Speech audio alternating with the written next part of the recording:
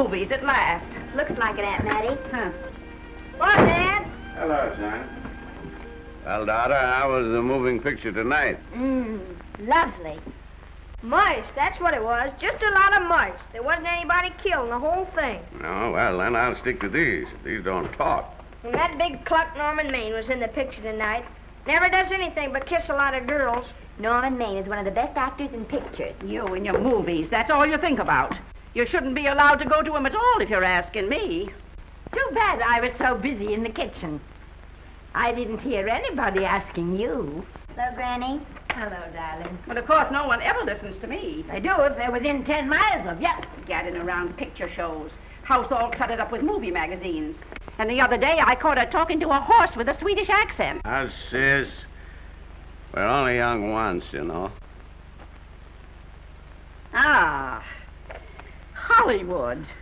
You'd better be getting yourself a good husband and stop mooning about Hollywood. Do you know what she wants to do? She wants to go to Hollywood. I've known it all along. I've seen her making faces in the mirror and talking to herself. That's what comes of your movies. Why, what would you do if you did go to Hollywood? I'd be an actress. I would, I tell you. I've always known I could. Guys, wouldn't it be wonderful to have a movie star in the family? Oh, Miss Blodgett, may I have your autograph? You may not know it, Alec, but you're practically on your way to bed. Oh, Miss Blodgett, you're my favorite actress. Won't you tell me the secret of your success? Oh, let me alone. I asked her, what's come over you? I'll tell you what's come over her.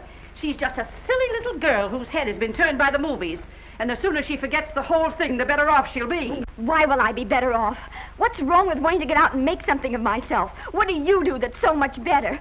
Just because you're satisfied to sit here all your lives, you think you can laugh at me. Well, someday you won't laugh at me. I'm going out and have a real life. I'm going to be somebody. You know, if it was spring, I'd say give her a good dose of sulfur and molasses. I thought I'd find you. Oh, stop that. Now, stop crying. That isn't going to do you a bit of good. Oh, I'm crying because Aunt Mattie and Alec make me so mad. Oh, Alec and Aunt Mattie. Fiddlesticks. They're not important. You're the only one that counts.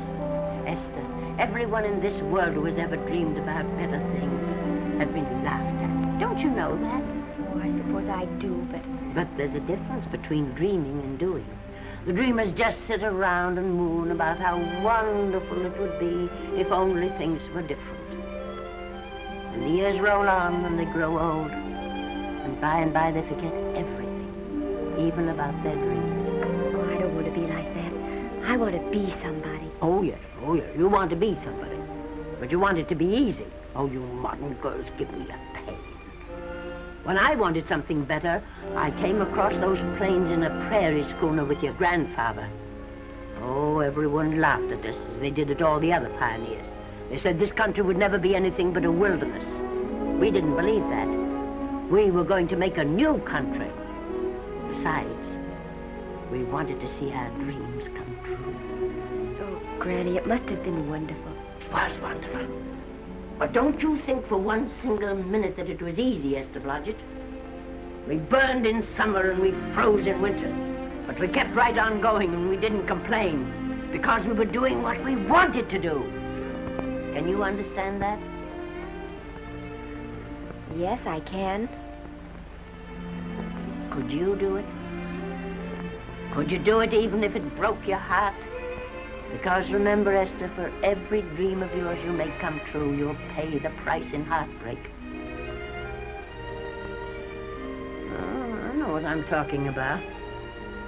You may not believe it, but I was a young girl once. And a very pretty young girl. A lot prettier than you are. And I was in love with your grandfather.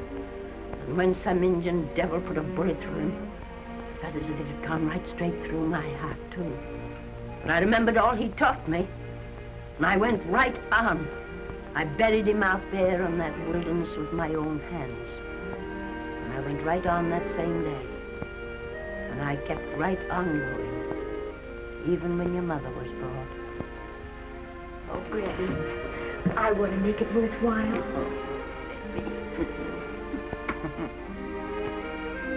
You know, Esther, there'll always be a wilderness to conquer. Maybe Hollywood's your wilderness now. From all I hear, it sounds like it. But if you've got one drop of my blood in your veins, you won't let Mattie or any of her kind break your heart. You'll go right out there and break it yourself. That's your right. Here. Oh, here. Stop that nonsense. Here. Take this and go to your Hollywood. Oh, I can't take your money. Well, why not? It's your savings. Well, I was only saving up for my funeral. Now I don't think I'm ever going to die. Oh, Granny, how can I ever thank you? By giving me your word of honor that you'll never tell a living soul where you got that money. I promise. Remember, if you do, I'll have you arrested for robbing me.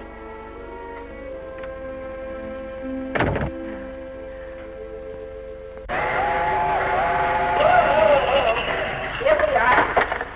Want something, Granny? Oh, I can make it, dear.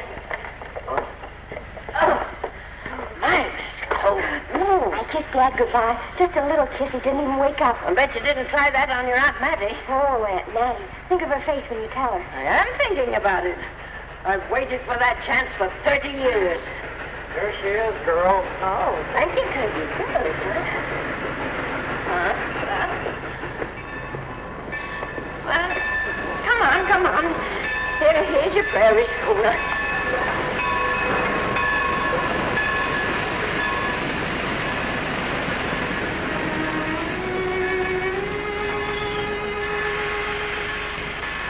All aboard. Oh, Granny. Go on. Goodbye, Granny. Goodbye. I'll be waiting for you in those movie pictures. Don't tell Mattie. You know, my eyes are not as good as they used to be, but my ears are all right. So you remember, talk up good and loud. All aboard. Goodbye. Bye. Bye, Granny. Bye.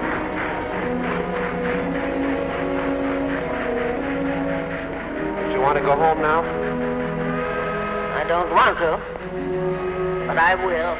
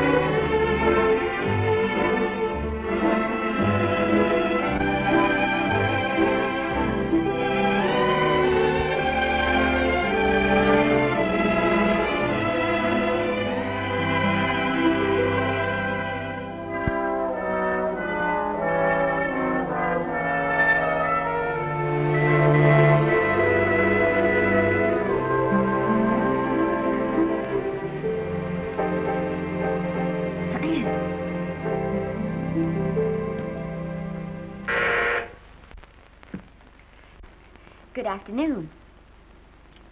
Day, week, or month?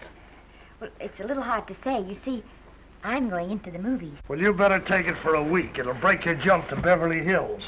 Are all the studios really near here? All except Gaumont British. I suppose the best way to get a job is to go straight to the studios, isn't it? Mm-hmm. I haven't any illusions, you know. I'm perfectly willing to begin with a little bit of a part, or even as an extra. $6, please, in advance. Oh.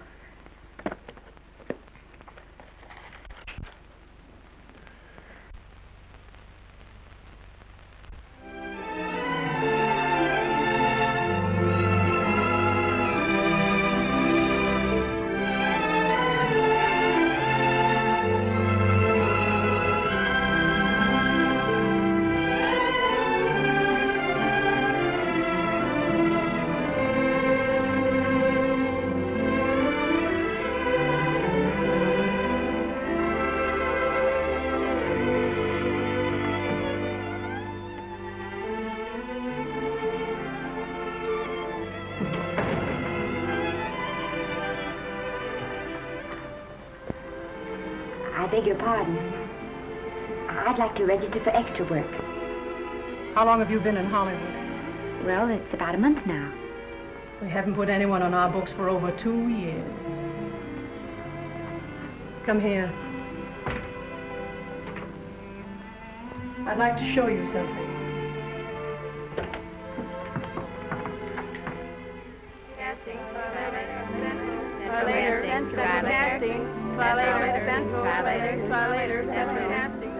Every time you see one of those little lights flash, it's somebody asking for a job. Every time you hear them say, try later, it means there isn't any job. You can't keep the girls at the switchboard long. They go crazy. Every one of those little lights thought it was going to be a star. You still want to go in the movies?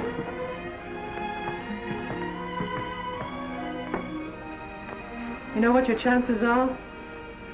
1 in 100,000.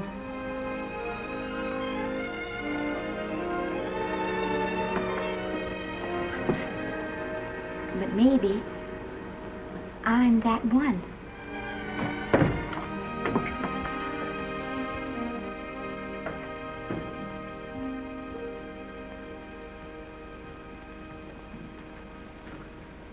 Any phone calls for me, Mr. Randall? Oh, no. Jesse Lasky and Sammy Goldwyn must be writing letters instead. How's the luck today? There wasn't any. Maybe you don't go at it in the right way. Now take Danny McGuire here. He knows the ropes. Don't you, Danny? Sure, I've had him around my neck for years. Huh? What? Oh, Miss Blodgett. Danny McGuire, our new tenant. How do you do? Mr. McGuire is a big director. Oh, are you really? Oh, could you possibly use me in a picture, Mr. McGuire? Of course, I haven't had much experience, but I don't think that really matters if you're willing. And Now I really listen, feel lady. In the first place, I'm not a director. I'm an assistant director. In the second place, if I had any jobs to give away, I'd confer one on myself. And in the third place, you should have stayed back home in the first place.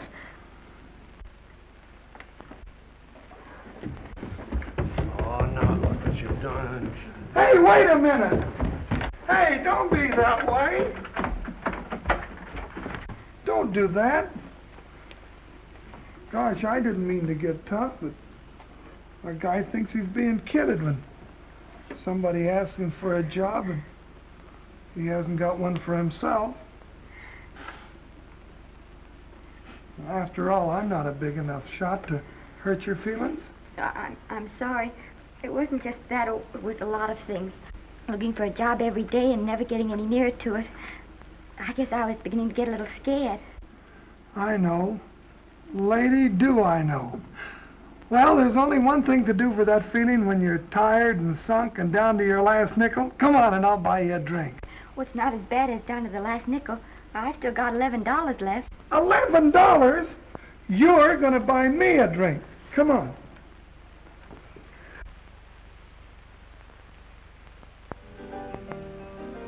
That's right, George. There's nothing like a little rum to take away that milk flavor.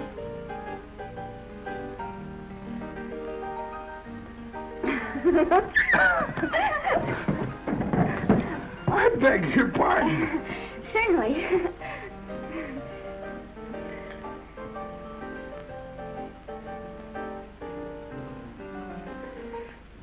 And when I sign my contract, the first thing I'm going to do is see that you direct every picture I'm in. That's my pal.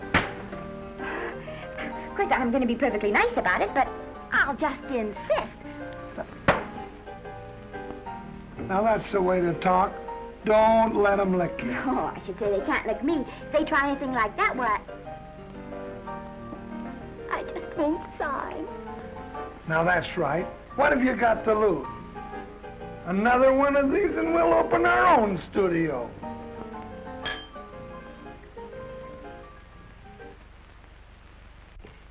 Bill rendered $24. Past due. Remit without further delay. Me.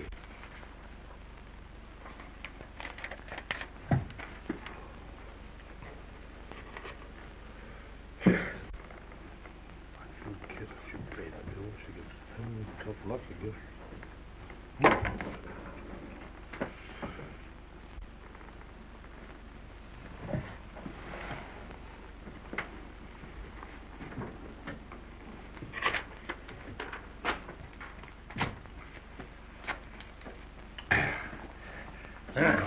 The fifth race. Tri-cap. Who's riding tri-cap?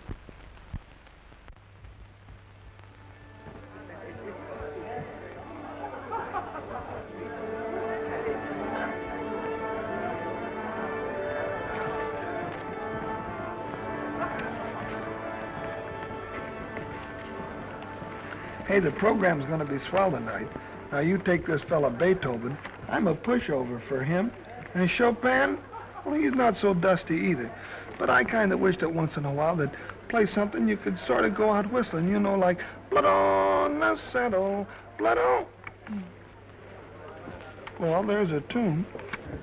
Hey, why don't you throw your hat in the air or something, can't you? This is a celebration. My job starts tomorrow. I know it does, and I think it's swell, Danny. Gee, I wish you were in on it, too. But, oh, no, it would have to be a war picture. One of those big novelty numbers. A war picture without any beautiful women at the front. Oh, well, something will happen soon. Maybe. Why don't you go home, kid? Oh, Danny, I can't do that. I came here, and I've got to stay. Well, now, if it's on account of money, I can... Oh, thanks. You've given me enough already. Anyhow, this is no time to be worrying. This is a party. Look at all the people. Everybody in the world. Look. That's Norman Maine.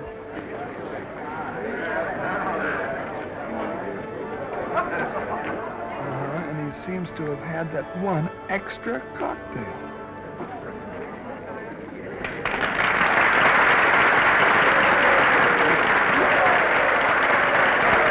Oh, thank you. Sit down, you dope. That's for the orchestra leader.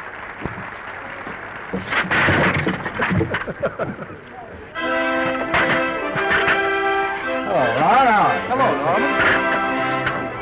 Oh, Mr. Maine. Mr. Maine, put your arm around Miss Regis. Otto, this is the Hollywood Bowl. Oh, afraid of crowds. Go on, get out of here. What's the matter? You getting too big to bother with photographers? Don't want any pictures taken now. Oh, is that so? Well, supposing I take it anyway. If you do, I'll shove that brownie number 2 of yours down your throat. Thank you, Mr. Maine. Norman, stop it! Stop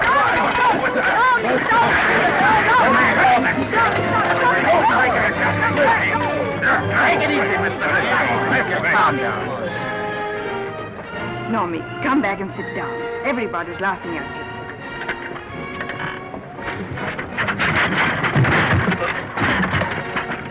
All right. Hi, Norman. Is he always like that? Well, I suppose he has to sleep sometime. Oh, and he's so wonderful on the screen.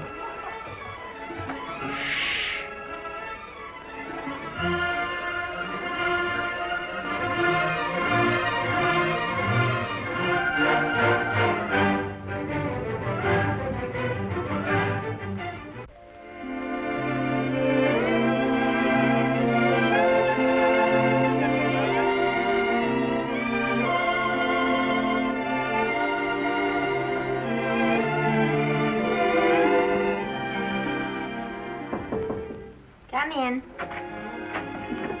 Hello, Daddy. What's the matter? Well, believe it or not, I got a job for you.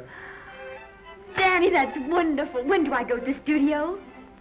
Well, you don't exactly go to the studio. Oh, it's on location. Well, it's not exactly on location. But of course, I haven't any makeup. Will you tell me what to get and sort of help me put it on? Well, you don't exactly need any makeup. You see, it's not really a picture job. It's being a waitress.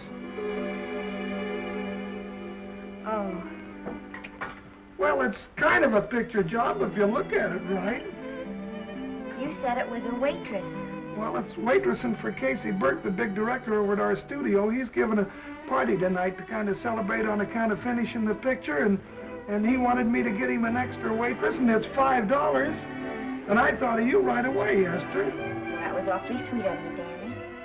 Well, there's going to be a lot of big people at Burke's house tonight, and I'll bet you there's any number of big directors, and if you're there, maybe they'll notice you. I could make them notice me. Sure you could, Esther. It's your chance. My chance. All right, Daddy, I'll do it. Oh, but I can't. I haven't got the right things to wear. To wear? Oh, yeah. Now, you don't think the wardrobe department's right next to my office for nothing, do you? A perfect fit.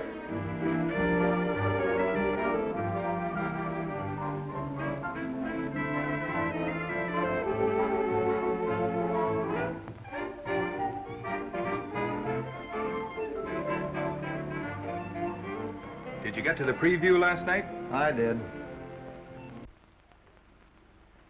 Would you like a little hors d'oeuvre? They are very nice. Oh, thanks. Well, what did you think of the picture? They should have saved it for Thanksgiving. What a turkey.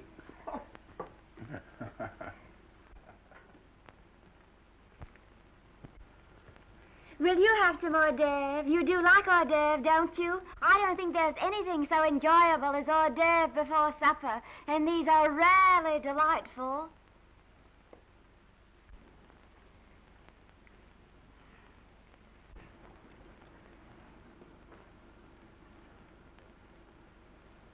And at the finish, the kid turns around and sings the lullaby to its mother. Pardon the big boys, but would you like a little hors d'oeuvre?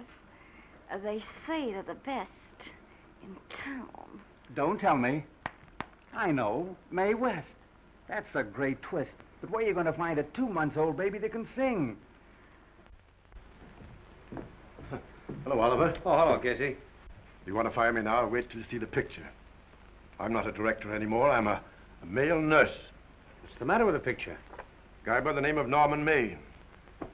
His work is beginning to interfere with his drinking.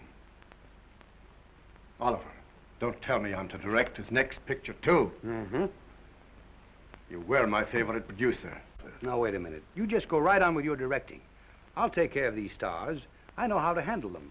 I had a serious talk with Norman after that Hollywood Bowl occurrence, and you don't have to worry any more about his behavior. Excuse me, Mr. Niles. Mr. Libby of your publicity department is on the telephone. He says it's most important, sir. It's about Mr. Maine. Thank you. Oh, it's probably just some little thing. Of course, Oliver. I'll turn on the radio and see if they've called out the National Guard yet. Hello, Libby. What's the good word?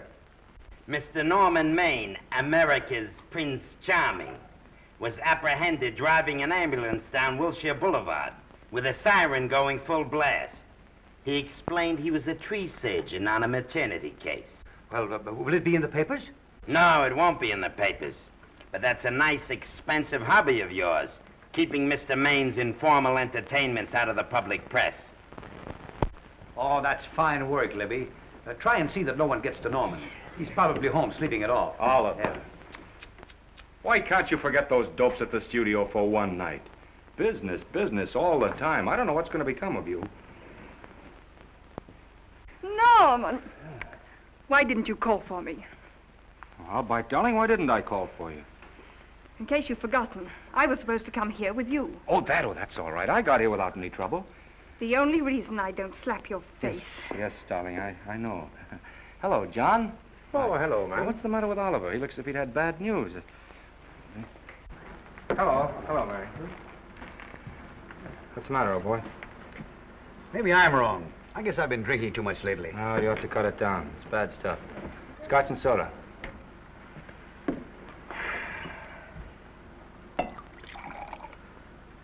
Come on. The word, you know, is pronounced when. Bad dialogue, Oliver. I'd rather not watch this. You know best. Soda. Thank you. Oh. Go ahead and say it. I've got it coming to me. Don't make it tougher on me, Norman. I don't want to stand here and preach, but take a look at my side of it. I'm trying to make pictures with you. I know. Costs are going up and the grosses are going down. No, it isn't that. I've made lots of money with you, and I can afford to take a loss. But I hate to see you going the way of so many others. Why don't you get Lloyd's to insure you against me? You can't get insurance against a man forgetting who he is. You're a great star, Norman, but there's nobody so big that he can afford to have people refuse to work with him. Who doesn't want to work with me? You... Quiet. Listen, I know plenty of people who do. Yes, and so do I. But your real friends can't stand seeing you start to fall apart. What do you mean by that? The first signs are always the same. Not being able to remember your lines. Cameraman struggling to cover your hangovers. And all because you have to have a good time. Every day and every night. Listen, I've warned you for a long time, Okay, Norman. Oliver, you're a swell guy. You won't lose any money on me. I'll promise you that. I'll be ready for the curtains when the time comes. When it does, here's my epitaph. And now I think I'll, have a little drink. Scotch and soda.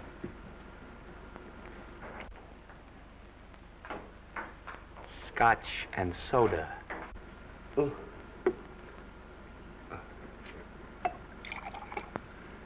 Come on.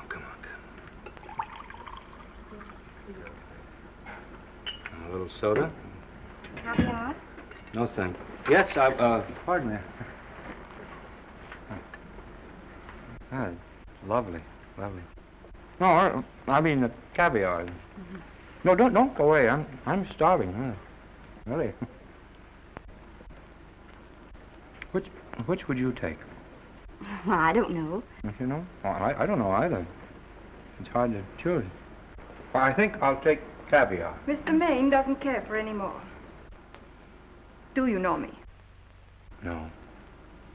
Well, Normie doesn't care for any more.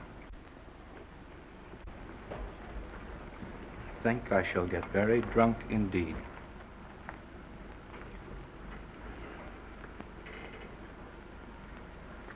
Scotch and soda. Sorry, I have something.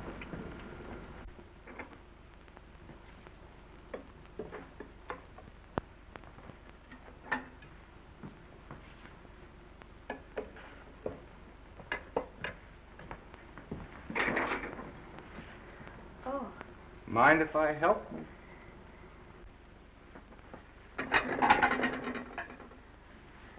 Won't they miss you? Oh, no. They'll just look under the table, and when they see I'm not there, they'll forget the whole matter. Hey, what's your name? Esther Blodgett. My name's Maine. I know. You do?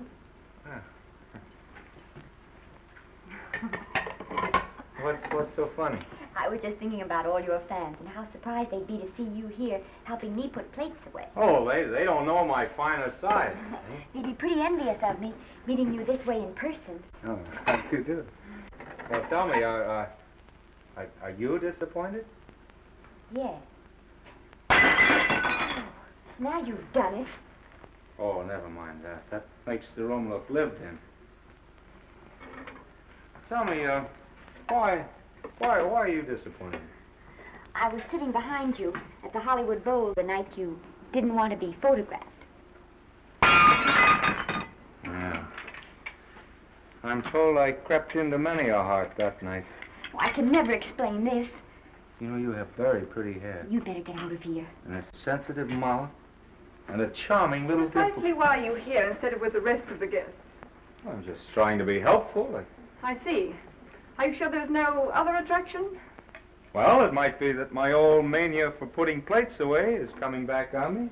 It's rather odd. I always know where I can find you if there's a pretty girl around. It's not only odd, it's embarrassing. You're being deliberately insulting, Norman. I put up with this for long enough. Dear, don't lose your temper. Remember, we must try to keep the voice low. I know you'll excuse us if we go on with our work.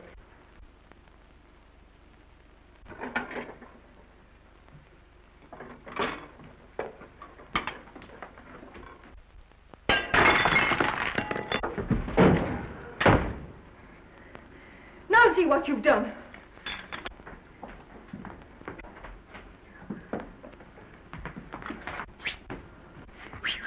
Come here.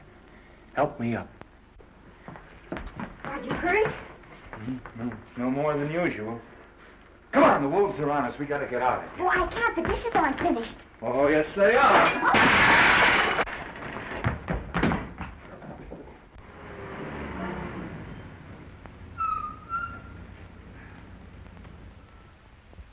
Well,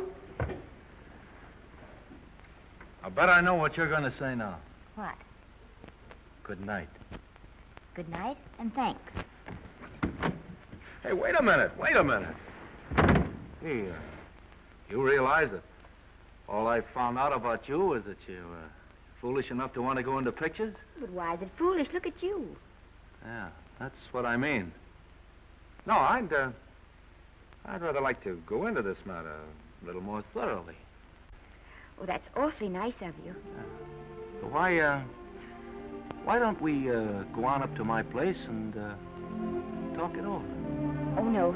Thank you very much, but I really must say good night. Good night. But you're not angry. No. I'm hungry. Well, why don't you go and get something to eat? Good night, Miss Blodgett. Good night, Mr. Maine. Wait a minute. Peter, the least I can do is to see you to your door. Will I see you again? I hope so. Has anyone ever told you that you're lovely? Well, now you know. Thank you.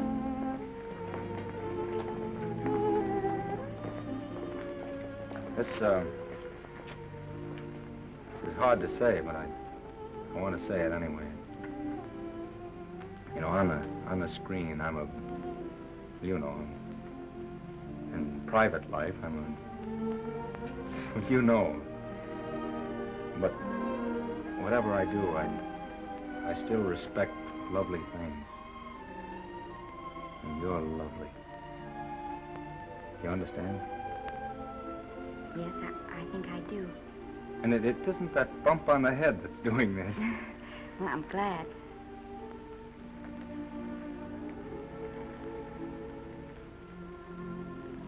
Good night. Good night.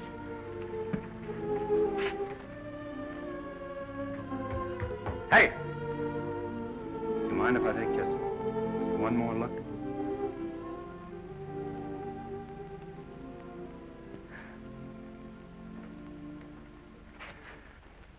Go away. Quite impossible. I wouldn't even consider it. No.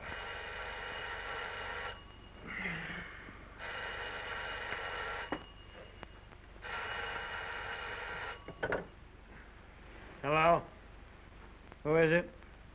Who? Norman? What have you done now? You're not in jail, are you? Oh. Yes, I see. Oh, it's that again. I see. She's beautiful. Yeah, I know. You want me to give her a screen test? Yeah, certainly. She's got wonderful possibilities. Oh, you know she's got something. Well, you knew all the other ones had something, too. Oh, no. I tell you, Oliver, she's got that sincerity and honestness and a... sincerity and honestness that makes great actresses. Oliver, I am so sure of this girl that I want to take the test with her myself. Listen, Oliver, you've worked hard. You're entitled to a break. You get...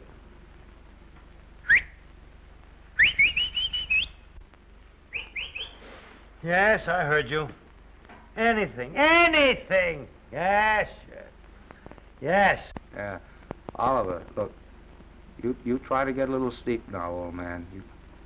Right. All right, boy. Good night. Let's go. Now tell us.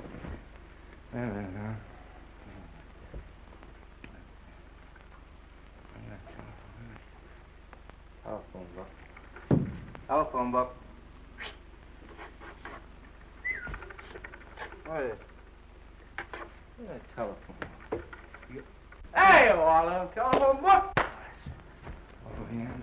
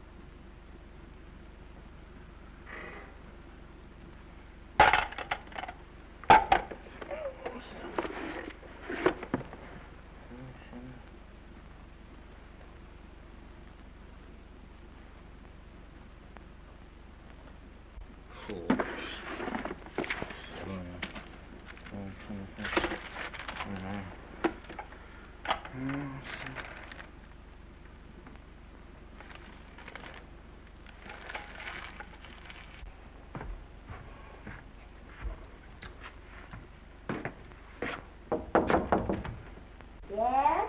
Telephone. For me? Some drunk trying to be funny says he's Norman Maine. Thanks, I'll be right down. And Miss Blodgett, would you give him a message for me? Tell him it's 3 o'clock in the morning!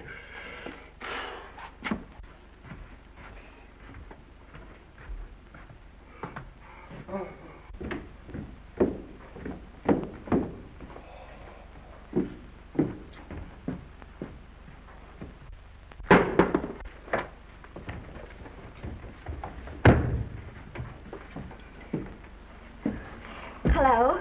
What?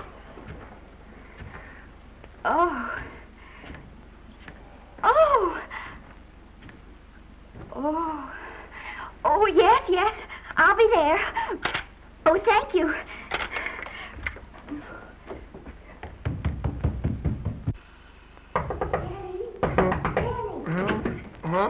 Danny, what do you think? I'm going to take a test tomorrow, and Norman Maine's helping me do it. I'm taking one, too. Garble's assisting me.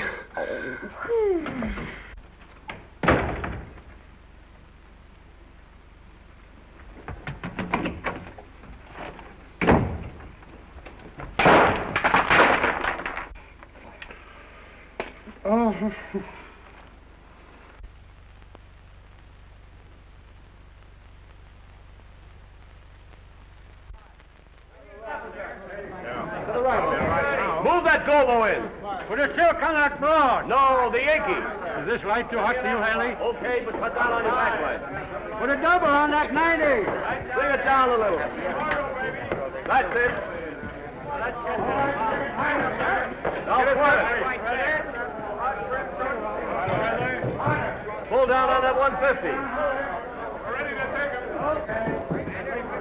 Get pulled down on that 150. Okay. Come here and get this thing. Run it here. Run it.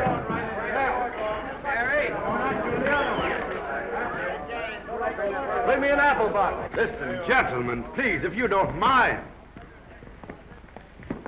This is just a test. Ready, Mr. Burke? All ready, Mr. Burke. Ready, Mr. Burke? Ready now, Mr. Burke. All ready, Mr. Burke? Ready now, Mr. Burke. All ready, Mr. Burke? We're ready, Mr. Burke. All right, let's take it. Quiet! Quiet! Quiet! Quiet! Ready, Norman? Yeah. You ready, Miss, what's your name? You'll soon know your name, Esther. The whole world's going to know it. But I'm so scared. Maybe I better not try it today. Oh, come on, now don't be foolish. They all had to go through this. Harlow, Lombard, Myrna Loy, and now Esther Blodgett. All right. I'm ready. This is the take. Roland. Quiet. Hey!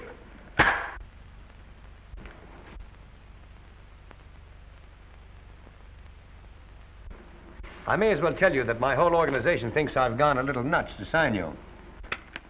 Well, maybe they're right. I've been nuts before. You see, all the experts seem to think that your type is a little mild for present-day taste. But I rather believe that tastes change, like eyebrows. And I think that also, like eyebrows, tastes are going back to the natural. You look like a nice girl. I think I'm going to like you. That's not important. I think the public will like you. That is important. Yes. I see what you mean. I mean, I know it is. Only don't think it's going to be easy. Nothing you really want is ever given away free. You have to pay for it. And usually with your heart. Someone else told me that once. But you still have to work it out for yourself. Oh, well, all this is just a long way of saying, I'm glad you're with us and good luck to you. And now I'm going to turn you over to our demon press agent, Libby. Don't let him frighten you. He has a heart of gold, only harder. And for the love of Pete, learn to close your mouth and keep it closed, even in your love scenes.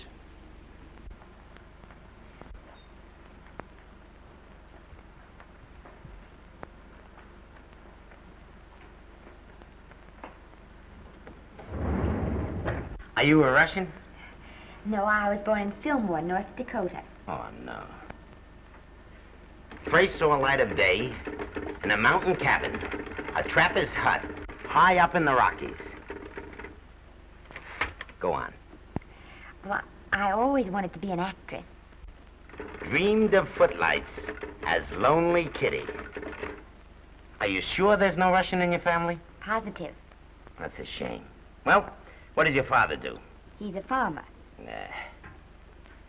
Social registerite father. Fed up with hypocrisies of 400, sought wilderness for consolation. There amidst the mountain flowers, he raised another blossom, his lovely little daughter. What's your name? Esther Victoria Blodgett.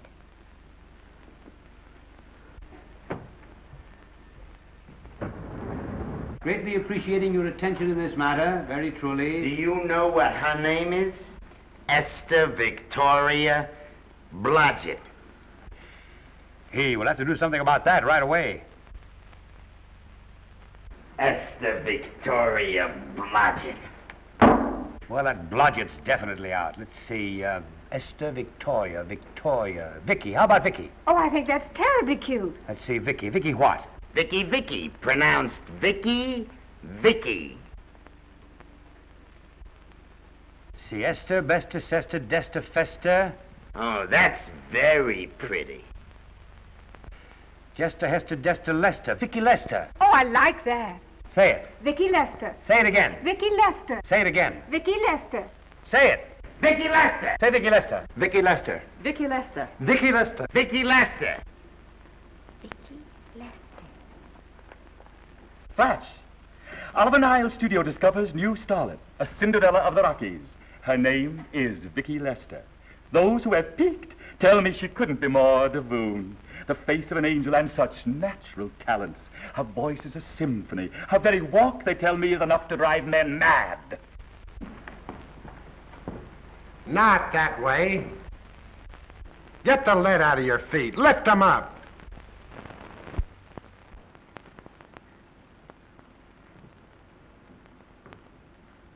That's better. It's terrible, but it's better. The quality of mercy is not strained. It droppeth as the gentle rain from heaven. Cease. Through the mouth, my child, through the mouth. The nose is for smelling roses. Proceed. Does she have to look surprised all the time?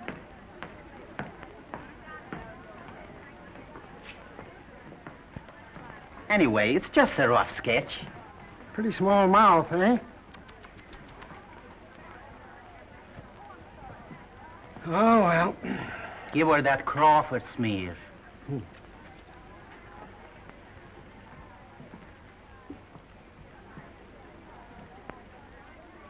This'll give her that Dietrich. Yeah.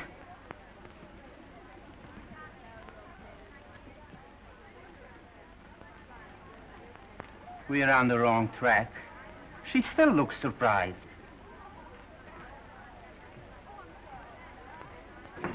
Listen, dress people, we're shooting on the set this morning, not in the commissary. Now come on, snap into it. Acme Trucking Company? No. Mr. Smith is not in.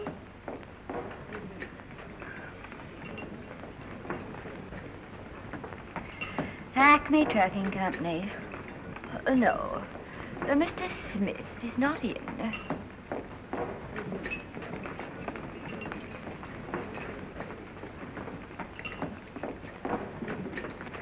Good morning. What can I bring you, Mr. Maine? That just shows how long you've been here. Neighbor, bless you. How soon are you and I going to be married, huh? I don't know. You'll have to ask my mother.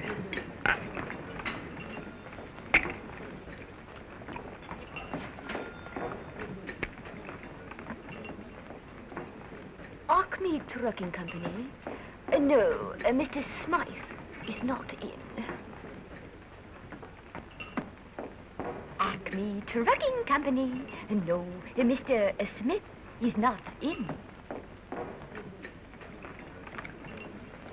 Acme? No, Smith ain't in.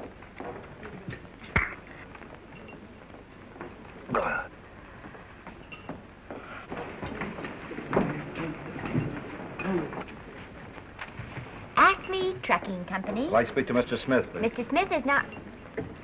Oh, Norman. What's all this between you and Smith? I've got a part. It's only one line, but it's in the picture. Well, it's ambition that made you break that date with me last night. Well, I had to be here so early this morning, and So did I. I had to stay up all night to make it. you've started your picture, haven't you? No, we're still in the testing stage. You can't seem to get the right girl for the lead. Gee, you'd think with all the girls there are that... Yeah, I know, but this one's got to be different. She's got to be little and cute and sweet and intelligent. Well, blow me down. What? Well, close my tired old eyes. What is it? Hold everything. Come on. Come on.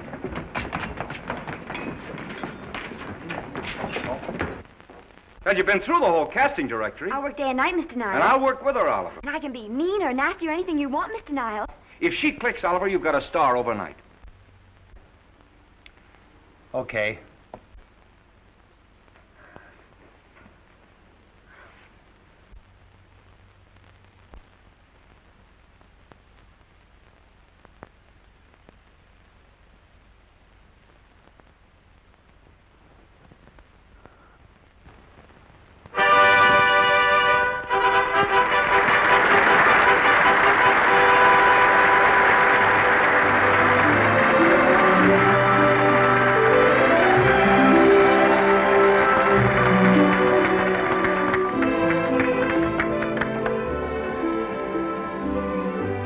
At the end of the picture.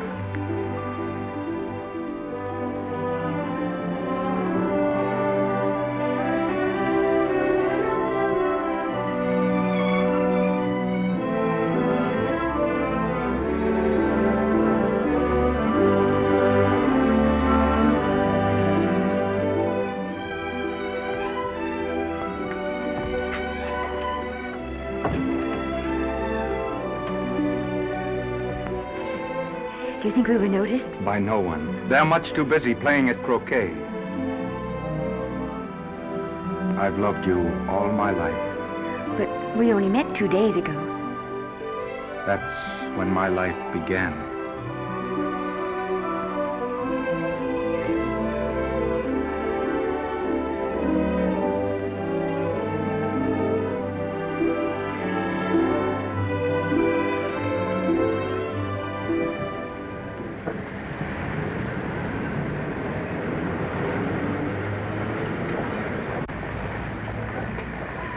she cute? You know, I think she's the same type I am, don't you? I think she's sweet. Well, it's Vicki Lester's picture, all right.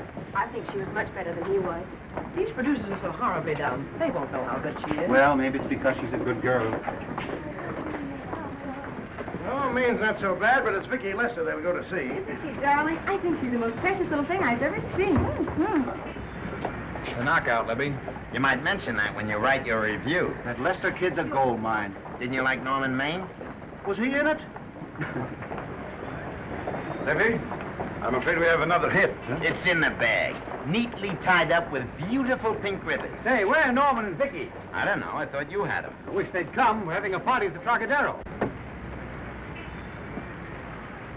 Isn't it thrilling running away from people? Norman, it's so exciting, So new. A star is born. Come on, run.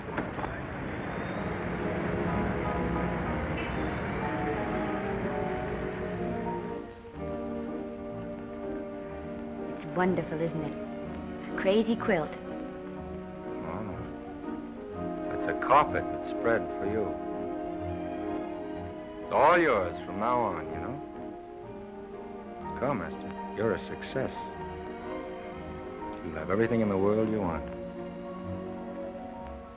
I hope it'll make you happy.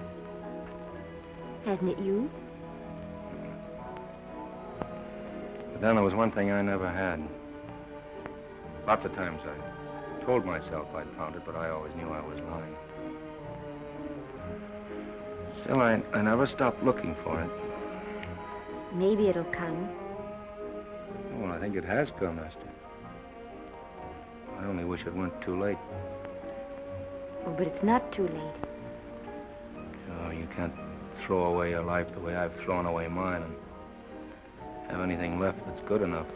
No. You can. Norman, you can.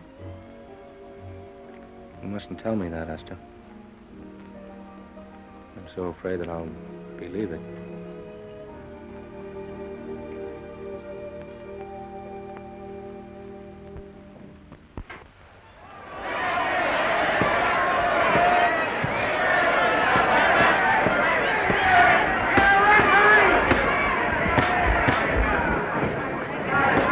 Garcia. Shoot your right. Swell, isn't it? Lovely. What's Garcia getting? Can't you hear me, Garcia? Shoot your right!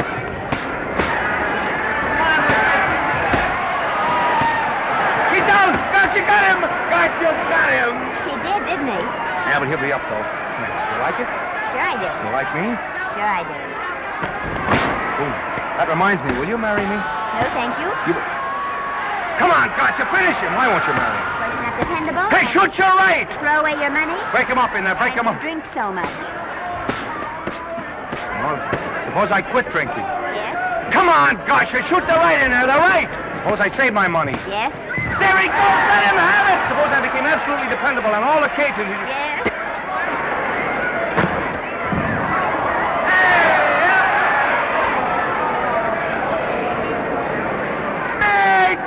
He's got him! He's got him! He certainly did.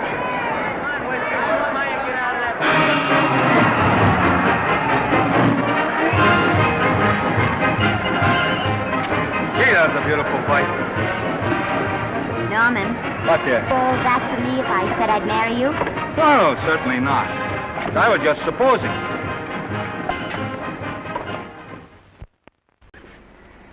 We're going to be married. Guess I didn't read that line right. I'll try it again. We are going to be married. Both of us. Yeah, to each other. What do you think of that? Well, when? Where? Well, we thought we'd elope in the conventional manner. What's the matter? It's trying to decide whether it's good for the studio. Is it? It is. And bless you, my children. When's it going to happen? Oh, we thought we'd just sneak out sometime. We're not telling anyone but you. Listen to this. The screen's ideal romance blossomed into breathtaking reality today when Vicki Lester and Norman Maine, America's dream lovers, slipped quietly through the portals of holy matrimony. How does it sound? Horrible. But you see, we're going to elope. Sure you are. It'll be the biggest elopement this town ever saw. We'll get a tie-up with the Army, have you escorted all the way down to Yuma by 20 of their new bombing planes. Is he going with us? Don't you think we can work this thing out better alone? No sense in bothering the happy couple with all the details. I'll see to it that you get a carbon copy of the whole layout. I can hardly wait. I'm sorry. We didn't realize that we were in the way. While you're settling the details, you don't mind if I take this woman out and buy her a ring, do you? Sure, go ahead. We want everything legal. That's a charming match. A nice girl like Vicky.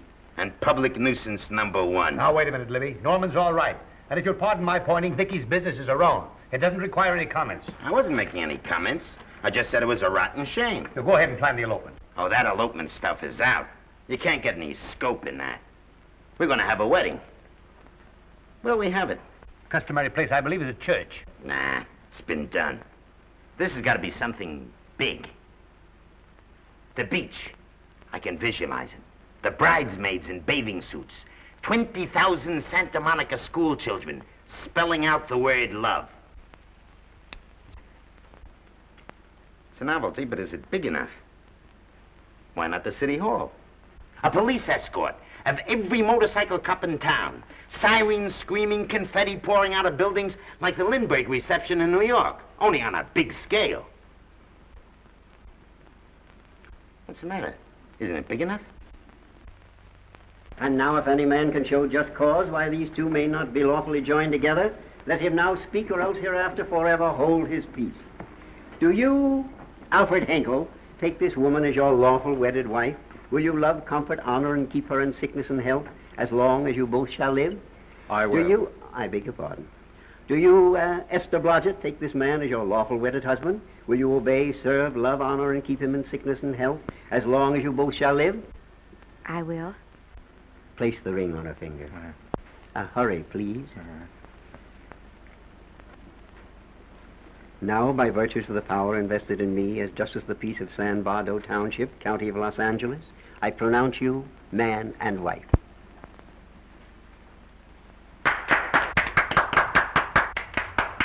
Quiet! And now I must exercise my prerogative of office. I hope you'll be very happy, Mrs. Henkel. Thank you. Thank you, sir. Oh, Thank Danny. you very much. Now, if you'll please sign the license. Oh, yeah. You know, Mrs. Henkel, I can't help but believe I've seen you somewhere before. Oh, really? Well, I believe this is the first time I've ever been in San Bardo. You know, your face is familiar, too, Really? Mr. Henkel. There you are, sir. Thank you very much. Oh, thank you, sir. Thank you. Goodbye. Goodbye. See you again. Yes, goodbye. No, I don't mean I'll see. Oh. Yeah, I think you got by with it. But it was close. That JP was just beginning to remember where he'd seen us. Well, anyway, we got away from Libby. Hello, Toots. If you will be kind enough to glance between my shoulder blades, Mr. and Mrs. Henkel, you will find there a knife buried to the hilt. On the handle are your initials. Lovely to have seen you, Libby. Hold him, wait. Hold him, Danny.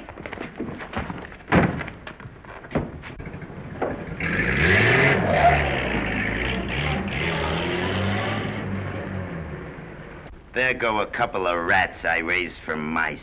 Well, they got a right to get married, haven't they? I haven't got any right to double-cross the public, and I haven't done it yet. Hey! People versus Porky Washington, who is charged with violating Section 600. Young man, you're in contempt of court. Operator, get me the Los Angeles Tribune. I've a good mind to put you under arrest. Wait till I make the score. You wait, too. Tribune, give me the city desk. Johnny, this is Matt Libby. I got a flash for you. Norman Maine and Vicky Lester were married at 2:30 this afternoon. Vicky Lester? Court recess.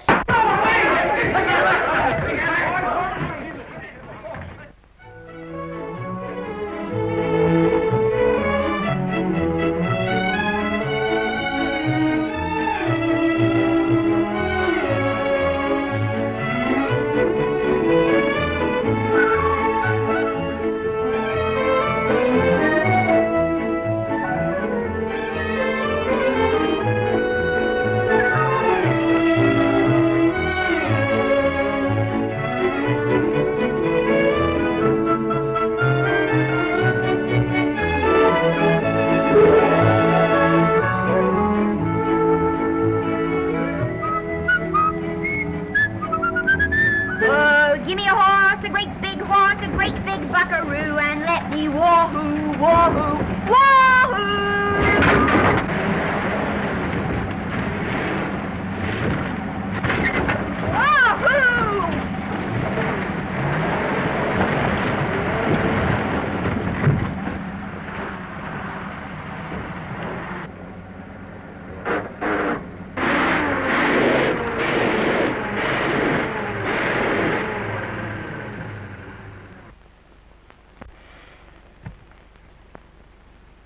Wahoo. Hey, wahoo. I don't want to sound immodest, but I think I've stripped a gear. Well, sit down, won't you, and let's get acquainted. We'll probably be seeing quite a bit of each other from now on. Well, might just as well break the ice now as later.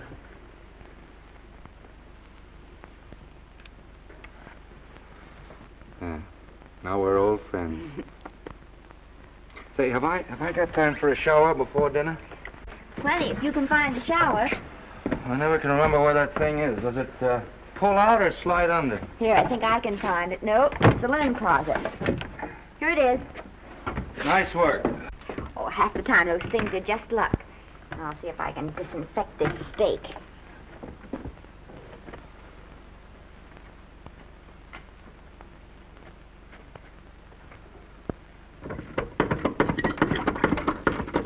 Esther, there's no soap. Here. Thank you. Oh, and Esther. Yes, dear? I'll need a washcloth. Oh. How are you fixed for cigarettes? And you know I never smoke underwater. Hey, what do I do to make this thing work? Pull that gadget at the top and pray for rain. Well, I can't reach it. I can't get my hands up. If you've gone in there with your arms down, you'll never get your bath. Unless you're a contortionist. Yeah, well, I'm not a contortionist, and don't throw that up to me now. You knew it when you married me. Will you close this door, please?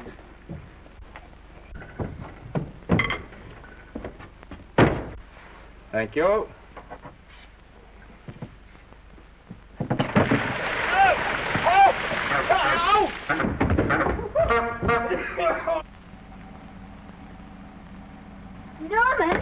Norman, here comes the car. You got it?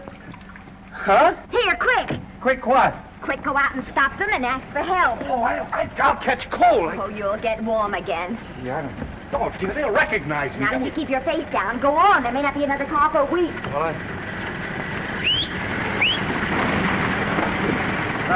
howdy, partner. Howdy. Stuck? Yeah, how'd you guess it? Can you get us some help? Well, I reckon not. You know, it's a long way to town. We're pretty busy down at the place. Well, I got to get out of here. I've got my wife with me. Doesn't she like the country? No, and we're short of food. There's a lot of game in them woods. You know, well, my wife can't shoot. Well, you're sure up against it. Sorry I can't do anything for you. Well, wait, listen, I'll be frank with you. I'm Norman Maine. Who? Norman Maine. Well, my name's Judd Baker. Glad to have met you. Well, so long. Hey, wait a minute. Listen, you don't... So you're Norman Maine.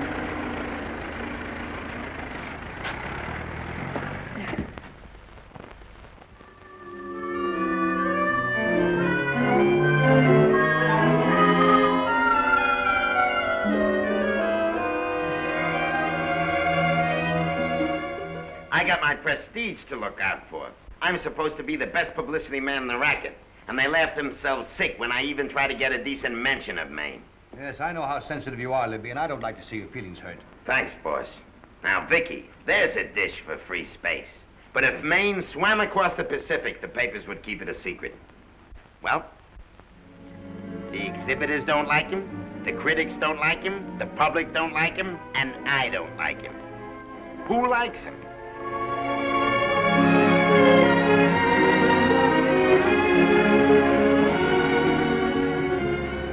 Oh, but darling, this is almost too much of a surprise. And there I was in my touching innocence, thinking we were going to live at the beach house. Oh, we'll still keep the place at Malibu. But this is special. This is our castle. It used to be in the air, you know? Well, we'll never use any ugly words like contracts and pictures and careers. When we come in those gates, we'll check the studio outside.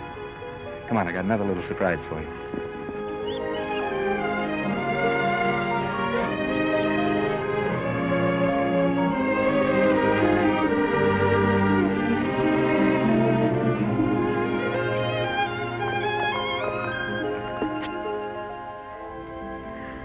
Norman, it's lovely.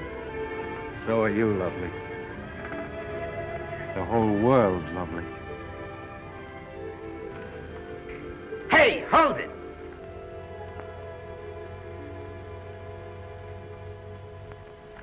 That's it. Caption: their honeymoon never ends.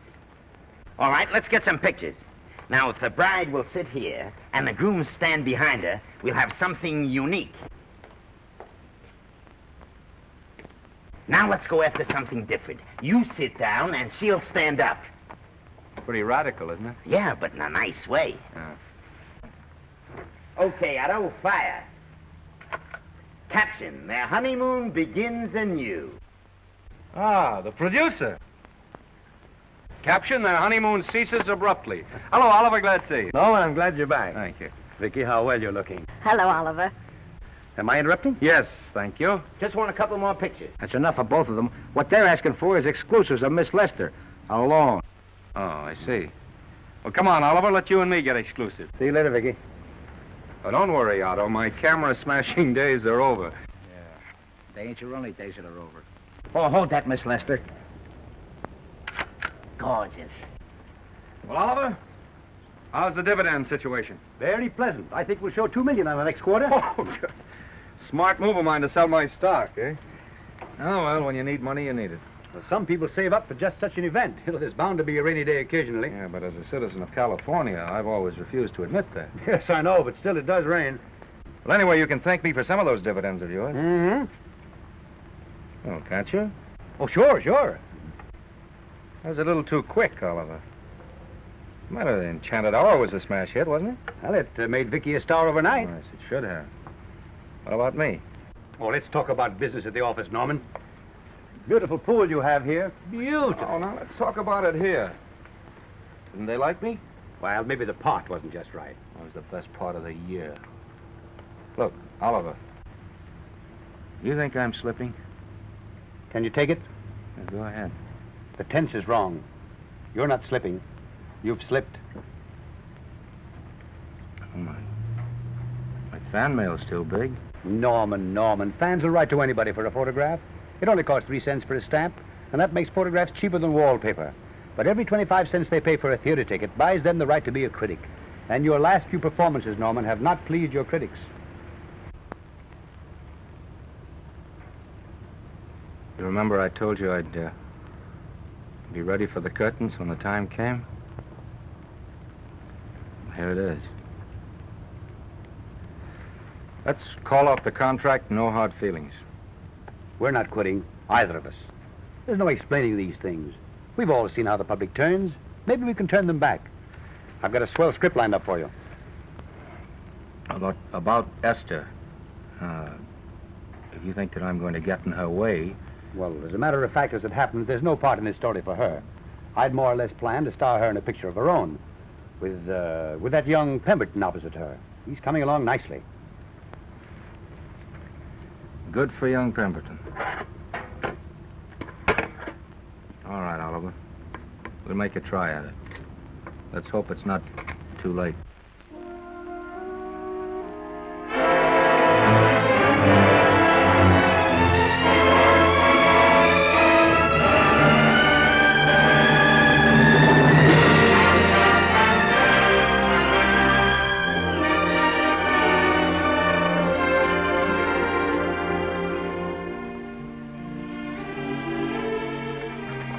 No argument. I'll buy those. Huh. The screen's most finished actor. I'll say he's finished. He keeps them away in droves.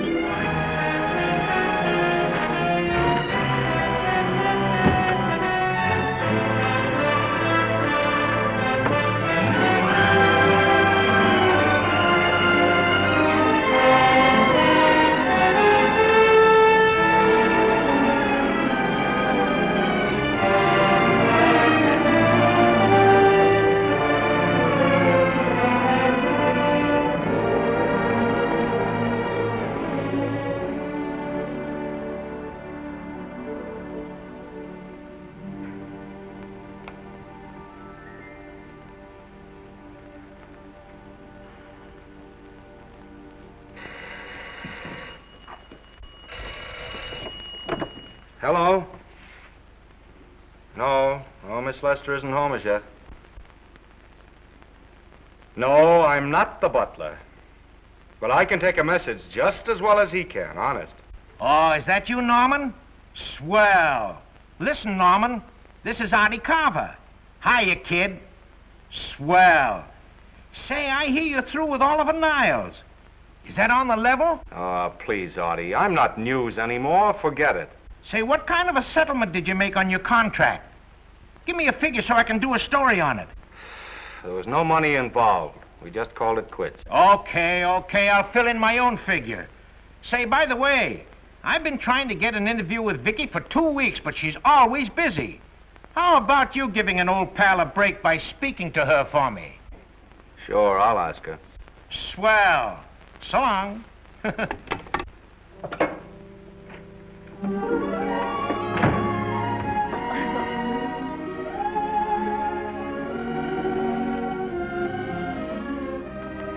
I didn't mean to be late, darling, but Casey wanted All right. You're here now. What's new today? Nothing. Haven't been out of the house.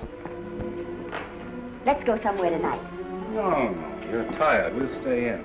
I'm not tired, really. Oh, yes, you are. You've got a hard day ahead of you. Anyway, I see so little of you, I'd like to have you to myself. Oh, but it's the servants' night out. We haven't any Yes, we have. I fixed a little snack with my own lily white hands. I'm learning to cook in my spare time. Then I think I'll marry you. Oh, I get it. You want to make an honest cook of me. Comes in on wheels in this joint.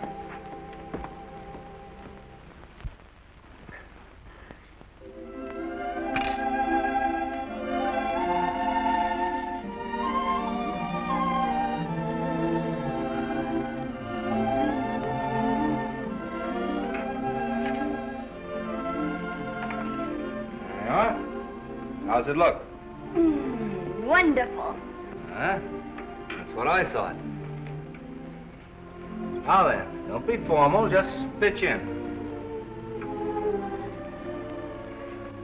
Yeah?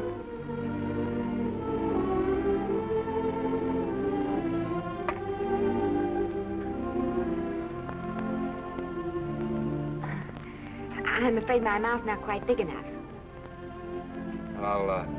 I'll measure it next time and make them to size. A little hard to lift, too.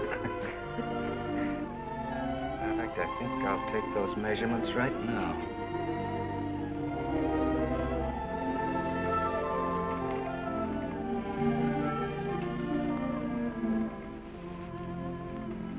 And that's what I wait for. All day. That's why I rush home without even changing my costume.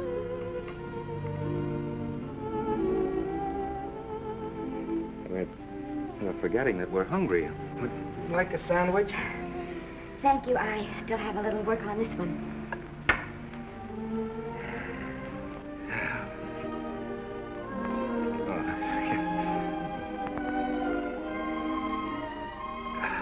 Norman, will you unhook my dress? I can't breathe. Mm-hmm. You know, all the time I thought it was the kiss that made you breathless. A lot of hooks, hmm? Uh-huh. Why don't you have a zipper? That's a good idea. You got it? Oh, yes.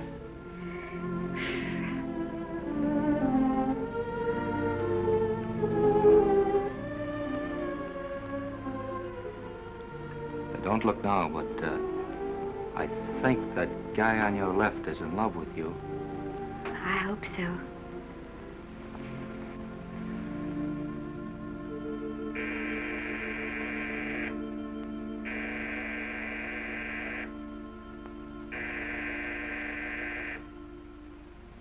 It's the doorbell. Is it? Maybe they'll go away. Oh, I never do at a time like this. Here. Just a minute, dear. I'll be right back.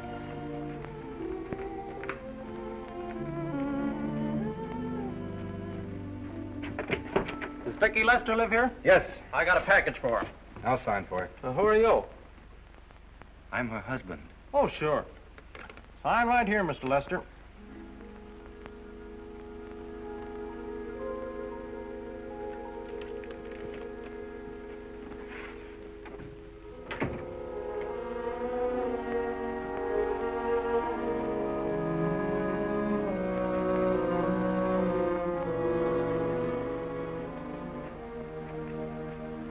package for you. Oh, by the way, I forgot to tell you, they want you for a benefit to Shrine Auditorium next Wednesday night. I told them I'd ask you. And, Oh, darling, I don't want to hear about that now. Well, you better wait till I finish before I forget them all. The Academy dinner secretary phoned. She wants to know if you want a table reserved for you. Oh, yes, Artie Carver called and asked if I'd use my influence with you to get him an interview. I told him I'd try. That was all, I think. Oh, Norman, let's don't talk about those things now. We're forgetting the wonderful food you prepared. Well, I'm not very hungry now. I think I'll fix me a little drink, But, Norm...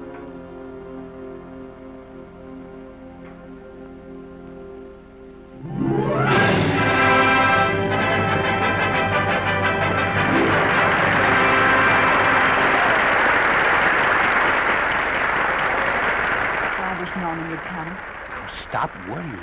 And think how nice that statuette's going to look on your mantelpiece. Do you suppose anything's happened to him? But of course not. He's just been held up in traffic. You think about that statuette. And now we arrive at the climax of the annual dinner of the Academy of Motion Picture Arts and Sciences, the highest award within our power to bestow. We have already applauded with our hearts as well as our hands, while awards have been given those gentlemen who during the past year have rendered distinguished service to the motion picture industry. We now pay honor to the ladies, or rather to one lady. We offer to her the Academy Award for the finest performance of the past year. She has already had the world's acclaim, but this is the tribute of her fellow workers, the men and women of this industry. It is not only my pleasure, but my privilege to present this award to the actress who created the unforgettable Anna in Dream Without End, Miss Vicki Lester.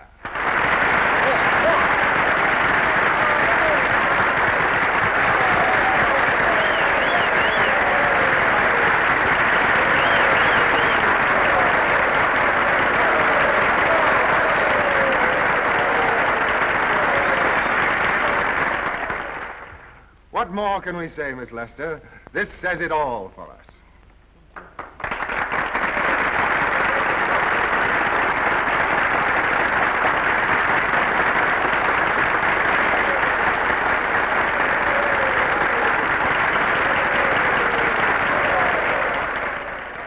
Ladies and gentlemen, when something like this happens to you, and you try to tell how you feel about it, you find that out of all the words in the world, there are only two that really mean anything.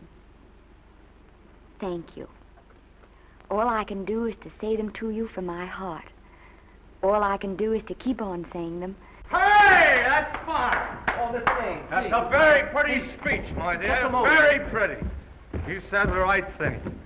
I want to be the very first one to congratulate you. Well, on that valuable little piece of bric-a-brac. Now I want to make a speech. Gentlemen of the Academy and fellow suckers, I got one of those once for a best performance. They don't mean a thing. People get them every year. What I want's a special award, something nobody else can get. I want a statue for the worst performance of the year.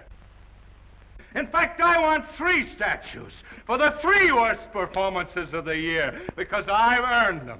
And every single one of you that saw those last masterpieces of mine knows that I've earned them. Libby, start the music.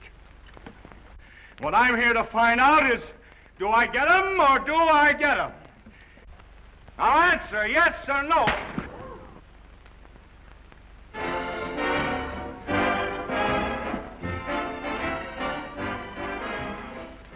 Norman, darling, let's go and sit down.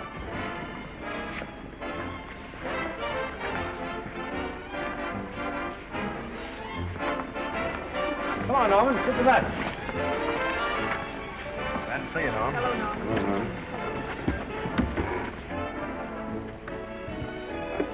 Well, Norman, how are you? Hi, Oliver. My dear, do let me congratulate you.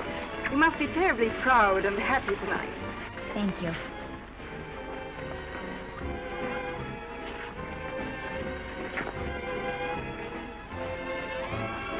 Somebody give me a drink.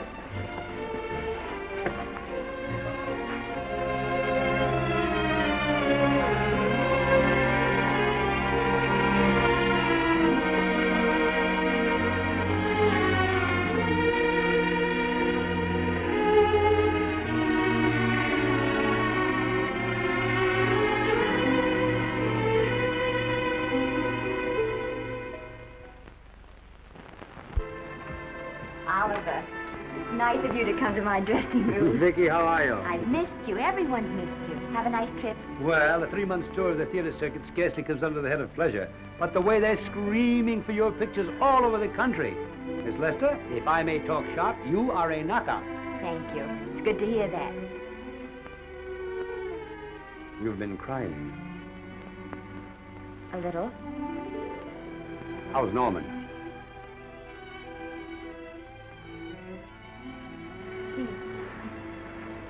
Well, he's trying awfully hard, Oliver. Letting Norman leave this studio was the hardest thing I ever did. There was nothing else I could do. I know. Has he been... Is he all right? He's gone to a sanitarium. He really wants to stop drinking. And I think he could only... Well, perhaps if he could start working again, it would be some encouragement. Oliver, could you do that? Yes. Oh, thank you. But he mustn't ever know I told you. He won't know, and you mustn't worry. I want you to keep up your good work in this picture. I'll try, Oliver. That's the one thing I can do for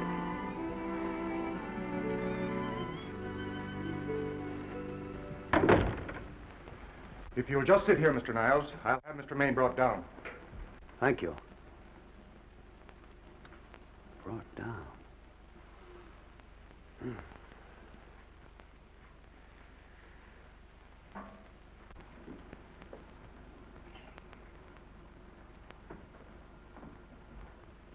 Hello, Oliver. Welcome to Liberty Hall. Hello, Norman. Well, no, Mr. Niles isn't slipping me a case of scotch, Cuddles. This is just a handshake. This is Cuddles, Oliver, my social secretary. We go everywhere together. How are you feeling, Norman? Fine. Getting along remarkably well, Cuddles tells me. He says you ought to see some of the boys. Let's sit down. Yeah. Cuddles, we really don't need you. Touching, isn't it? Can't bear to have me out of his sight. Are you comfortable here, Norman? Comfortable. It's positively luxurious.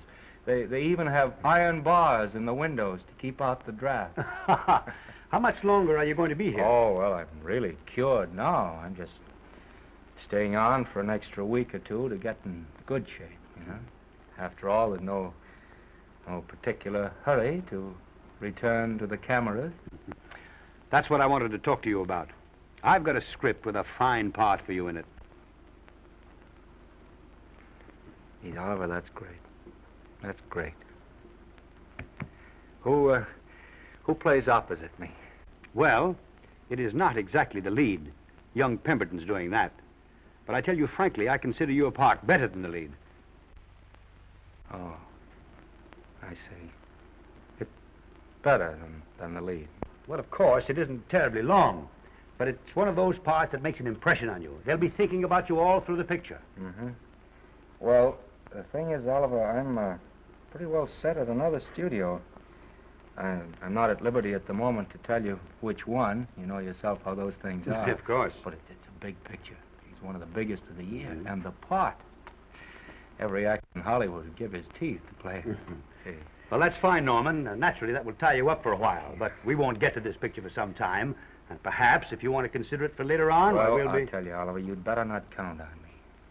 See, I've got several pictures lined up after this one. Then they're talking to me about England. You know, they're doing some very interesting things over there, you know. Mm-hmm. Hey. What is it, Cuddle? Speak right out. We all love you. Your dinner. Oh, yeah, we dine at 5:30 here. It makes the nights longer. Well, goodbye, Norman. I'm glad to see you getting along so well. Be out in no time. I'll have to introduce myself all over to a lot of people. They won't know me when I'm not drinking. Goodbye. Goodbye, Norman. Thanks for dropping in. That's fine. Yeah. Well, Cuddles? Alone at last, eh?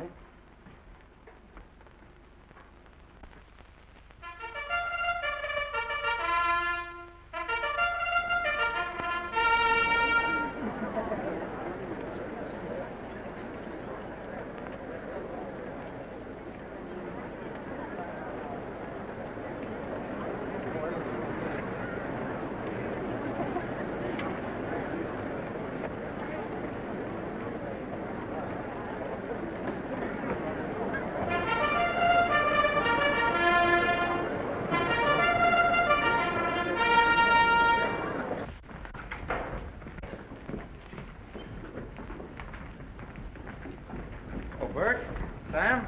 How are you, Marion? Oh, hello. Hello. Hello, Normie. Glad to see you. How I hate to run into these has-beens. They give me the creeps. Me too. He was good while he had it. And he had it quite a while. Hello? Hello, Mr. Maine. I haven't seen you in a long time. Oh, I've been resting. Ginger ale, please. Ginger ale and what? Ginger ale and ginger ale. A new leaf? A whole new book. Thank you. Scotch straight. Hello, Libby. Why, it's Mr. America of yesteryear. Do they let you wander about now without a keeper? Oh, sure. I'm a trustee now. Didn't expect to find you at Santa Anita. What do they do with the actors while you're away? Oh, they cut them into slices and fry them with eggs.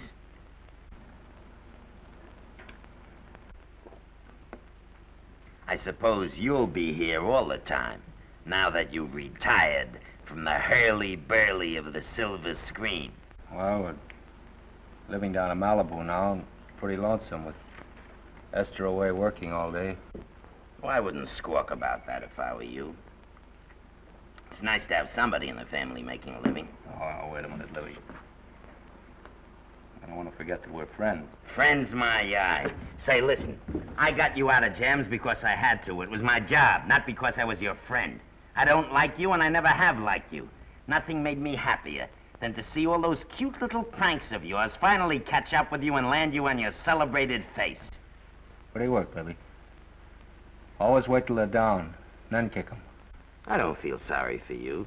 You've fixed yourself nice and comfortable. You can live off your wife now. She'll buy you drinks and put up with you even though nobody else will. We're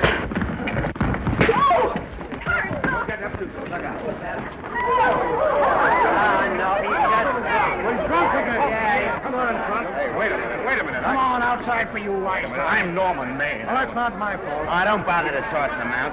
He's harmless. All right, Mr. Libby, if you say so. Sure, let him go. What can he do? He can't fight any better than he can act. It's Norman Maine. Oh, he's drunk again. Why, he's been drunk for years.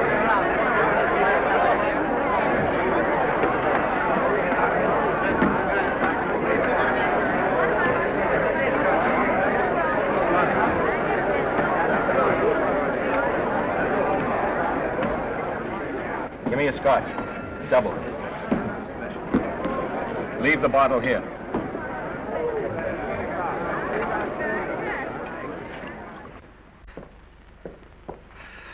Vicky, you'll be ill. Why don't you try to get a little sleep? But he's been gone 4 days. 4 days and not a word.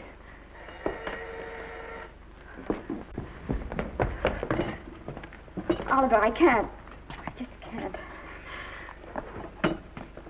Hello? No, this is Oliver Niles speaking. What? Where? Thank you. What is it? Nothing, nothing. Oliver, tell me. He's in the night court. He's been arrested on a drunk charge. Now, he's all right. He isn't hurt. I'm going right down and get him out. I'm going with you. Vicky, it isn't any place for you, and if it gets in the papers, What do there'll I be... care about the papers? I'm going with you.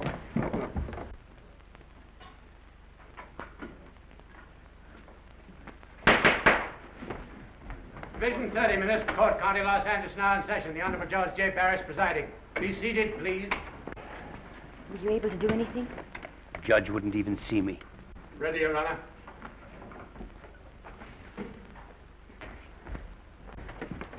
I want to advise you that you're entitled to be represented by counsel, to be confronted by the witnesses that may testify against you, to compel witnesses to attend on your behalf to a public and speedy trial by the court or by a jury, and the right to be admitted to bail.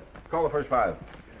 Gregory, Bales, Maine, Rodriguez, Johnson. Come on, boys, step in. Go ahead. Move along. William Gregory. Yes. Plain drunk, picked up at 5th in town. Asleep in the gutter. 14 similar offenses in the past 6 months. Still at it, Gregory. How do you plead? I don't feel so good. I didn't ask you how you feel. I asked you how you plead. Guilty, I guess. When did you get out the last time? Just before Christmas. Well, I'm sorry you'll have to miss New Year's, but you'll be out in time for Washington's birthday, 60 days. Milton Rails. Plain drunk, picked up on Brooklyn Avenue, given treatment at receiving hospital, then removed to jail.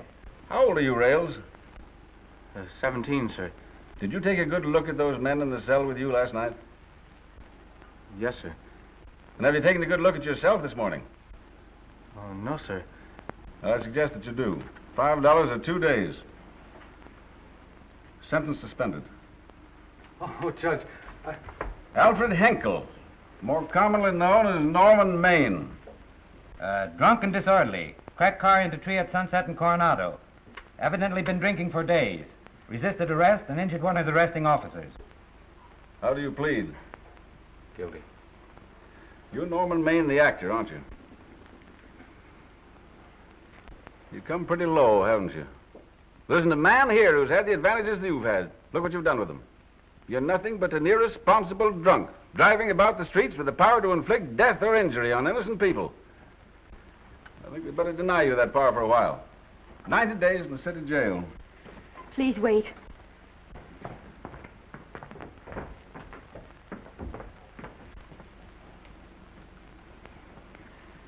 I'm his wife. Yes, I recognize you, Miss Lester. Please, Judge. I promise you this won't happen again. I'll be responsible for him. If you just won't send him there. You realize that this man, when drunk, is obviously a menace to public safety? And you realize, too, Miss Lester, the responsibility you'll be assuming to this court and to the Commonwealth?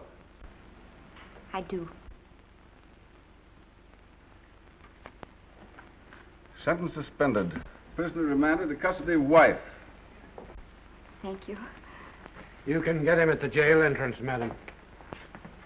Jose Rodriguez. Plain drunk, picked up at 1st in Maine. 2nd offense. How do you plead? I think I'm guilty, Your Honor. 60 days.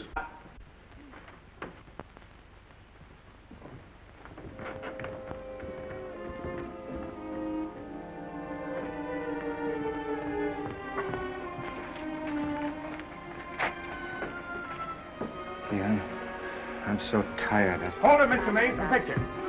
Oh, no. What please. about a statement for the press? Oh, no, please.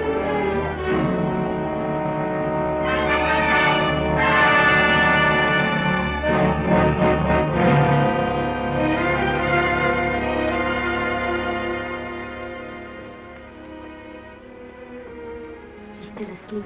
He's been asleep nearly all day. That's the best thing for him. It's awful to see this happen to someone you love. And know in your heart that it can't get any better. I only know that all I can do now is stay with him and try to help him. So will I. And between us, we'll take care of him. You're very fond of him, aren't you, Oliver? Well, I'm very fond of both of them. Then I know you'll understand what I have to tell you. And after what happened last night, I think you already know what it is. I can't do any more pictures. I'm going away for good with Norman. But you can't do that, Vicky. You're at the very peak of your success, and you've worked so hard to achieve it. That's what's been wrong. Oh, I've thought it all out. Maybe if I hadn't been away from him so much, last night and what went before, it wouldn't have happened. Oh, I know it's too late to think about that now, but it may not be too late to go away with him and start over somewhere. It's your life you're giving up, Vicky. so I can try to give Norman back his. Can you honestly tell me I'm wrong to do it? No, Vicky. I cannot honestly tell you that. Then there'll be no more Vicky Lester.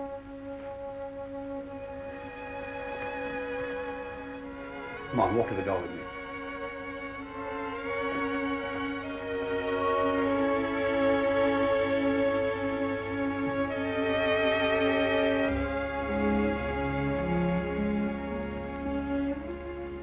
Goodbye, Vicky Lester. You were a grand girl. Good luck, Mrs. Norman Maine.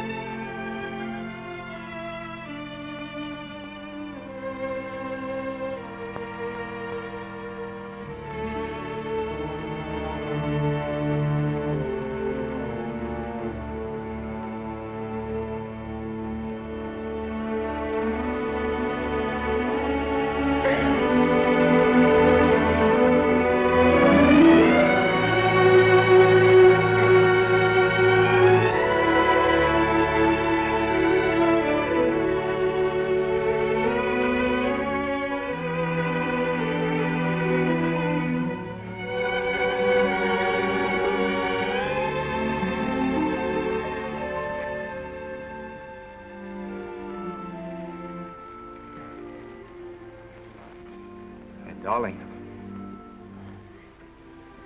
this is Maine coming in to apologize again.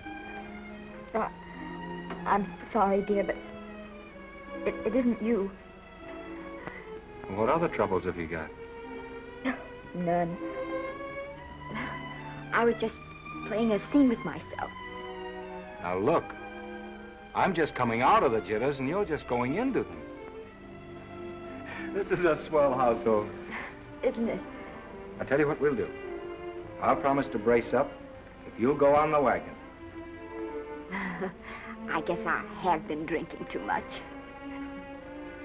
And what I'm going to do, I'm going to be an athlete. You mean with great big muscles and everything? Well, roughly speaking. Gonna join the YMCA? It costs too much. I'm going wading out in our front yard. Now? Sure. Would you like me to go with you? Sure, if you'd like to. No, me. I don't think I will. It might spoil this beautiful, natural wave. Yeah, I guess that's right. But, darling, look, could you have a hot toddy, some hot soup for me when I come back? Some hot soup? Yeah. And I'll make some of those nice sandwiches. Norman, do you have to?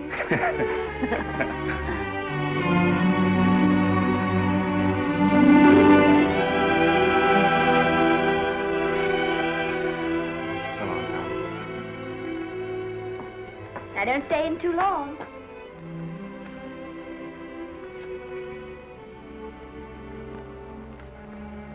Hey!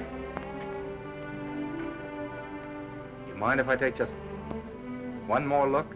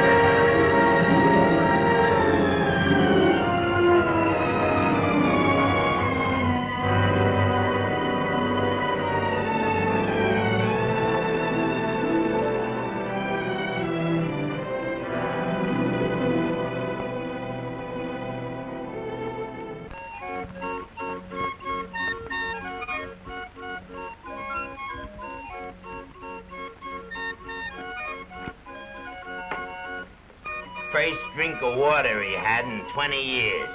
And then he had to get it by accident. Pardon. How do you wire congratulations to the Pacific Ocean?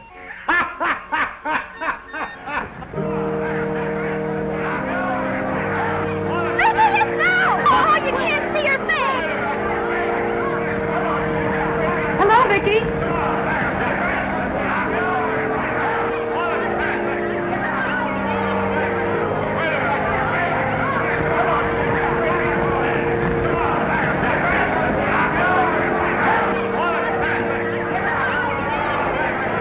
Get away, can't you? Come on, Vicky, let's see your face. Vicky, will you sign my book for me? Write Mrs. Norman Maine. Don't you care, Vicky. You get over it. Stand back, can't you? Don't you cry, dearie. He wasn't so much.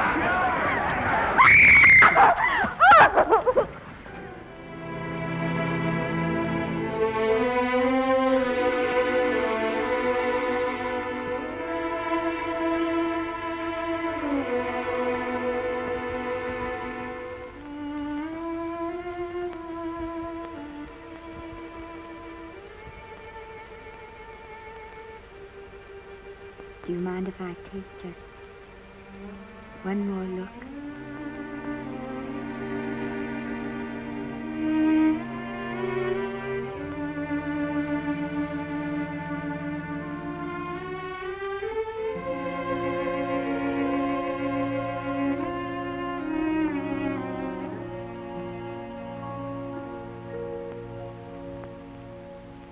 Here are the paychecks for the servants' graves. You'll find a very nice bonus in each one. Miss Lester asked me to thank you for your kindness and service. If there's anything I can do for the little lady, I should be glad to do it. She would appreciate your attending to the closing of the Beverly Hills house. Put down those trunks. Put it down, I say. Well, where is she? In the bedroom. Who are you? Oh, I'm her grandmother. Get out of the way. Esther, Granny, darling. Oh, I'm so glad to see you. What made you come? Oh, I know when I'm needed. Now get out of here. Go on. Get out of here, all of you. I want to talk to my granddaughter alone. I came just as quickly as I could. But I'm going home. I sent you a wire yesterday.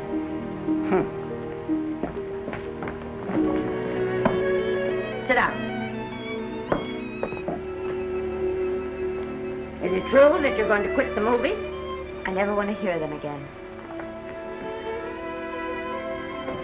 What are you running away from, little girl? I'm not running away. It's just that I can't go on. My heart isn't in it anymore. Once I told you, if you get what you want, you have to give your heart in exchange. And you said you were willing. Do you remember? I remember. Well, it seems to me that you got more than you bargained for. More fame, more success, even more personal happiness. Maybe more unhappiness. But you did make a bargain. And now you're whining over it. I don't think I'd feel so very proud of myself if I were you, Esther. I'm not, Granny. But my mind's made up. Oh, and I'm sorry I gave you the money to come out here. It was just wasted. Oh, but Granny... I was proud of you, Esther. I was proud to be the grandmother of Vicky Lester. It gave me something to live for. Now I haven't anything. I know. Oh, I want to be strong, but I can't go on. I can't. You must. Tragedy is a test of courage. If you can meet it bravely, it will leave you bigger than it found you. If not, then you'll have to live all your life with a coward. Because no matter where you may run, you can never run away from yourself. I never knew Norman Maine. He wrote me a very sweet letter when you were married. He said you told him how much I meant to you. And I know just how much you must have meant to him. You know, Esther, I can't believe that wherever he is, he can be very happy, knowing that his death broke the spirit of the little girl he praised me so highly for raising. And I can't believe that he can be very proud, knowing that all his great love did for you was to make you a quitter. The car is ready, Miss Lester. We'll have to go now to make the train.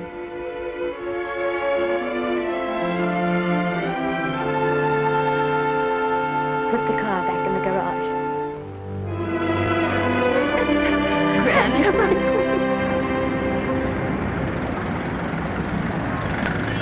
The entire picture industry has come to the Chinese theater for this opening tonight. It has come to pay tribute to a great star on her long-awaited return to the screen in what has been called her greatest performance. It has come to pay tribute to the girl herself. The girl who has won the heart of Hollywood. The girl who has won the heart of the world. Miss Vicki Lester. And if I'm not mistaken, Miss Lester's car has just driven up. Yes, it is she.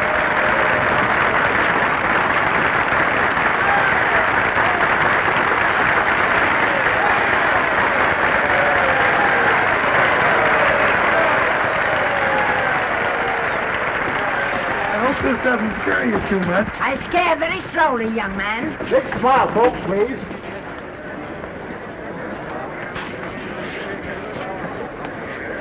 They'll have your mug. I mean your face plastered across half the papers in the country tomorrow. How do I look? Oh, you look swell. You're a liar, but I like you. And here's Miss Lester's grandmother. Won't you say a few words to the radio audience, please? Say something, Letty. You know, we've got a thing like that back home where they all listen in on, but we call it a party line. Won't you say something, please? They're listening. Maybe some of you people listening in dream about coming to Hollywood. And maybe some of you get pretty discouraged. Well, when you do, you just think about me. It took me over 60 years to get here, but here I am. And here I mean to stay. Thank you very much.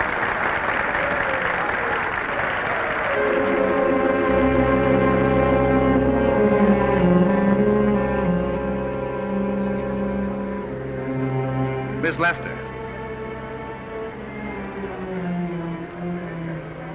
This microphone is on an international hookup. Throughout the world, your fans are hoping that you'll say a few words to them.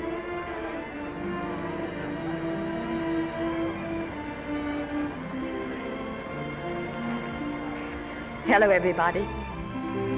This is Mrs. Norman Maine.